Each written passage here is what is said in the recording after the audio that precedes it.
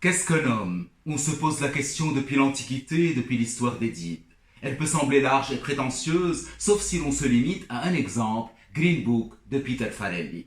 Le film se déroule en 1962, 2 ans avant l'abolition des lois Jim Crow qui sévissent au sud des États-Unis. Elles instaurent la ségrégation dans le droit constitutionnel et le négro motoriste Green Book sert alors de guide de voyage au colored man pour ne pas se faire chasser du territoire white. Le déni de l'autre me nie moi-même en tant qu'homme dans ma différence.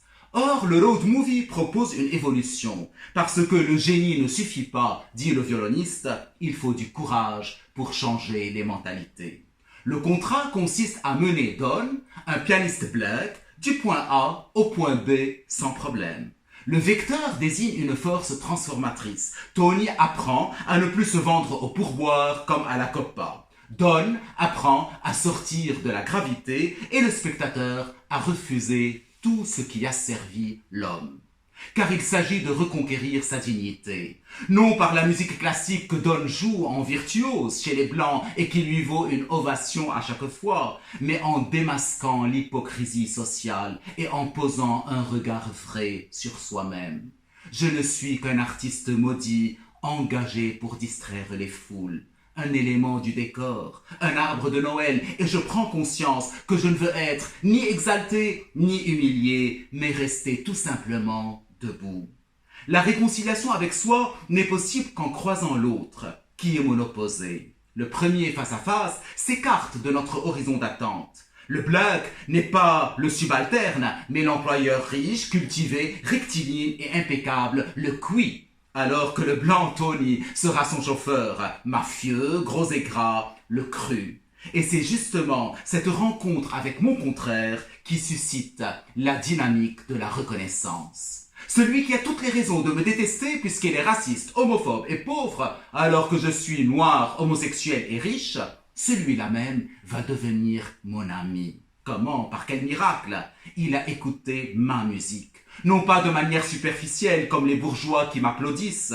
Non, il a écouté la musique de mon cœur, mon désarroi et mon audace. L'ami n'est pas celui que je fréquente pour me divertir ou par intérêt, mais un autre soi-même, une communion. La scène la plus intense arrive justement quand Don, humilié, demande à Tony d'arrêter la voiture sur la route, dans la nuit, sous la pluie. Il étouffe, il a besoin de sortir, d'exsuder sa douleur. Je ne suis pas assez noir, pas assez blanc, pas assez, comme s'il n'était pas encore achevé, un quasimodo. Sauf qu'en le disant, il nous révèle le message du film. Le nègre n'est pas plus que le blanc, écrit Frantz Fanon. L'homme est son propre fondement, un homme parmi les hommes. Voici pourquoi Don se libère enfin de sa solitude et frappe à la porte de Tony le soir de Noël. Il est accueilli par la famille, par sa femme qui lui adresse le dernier mot. Merci pour tes lettres. Les lettres d'amour qu'il a dictées à Tony pour elle. Mais surtout, la lettre d'amour qu'est tout le film.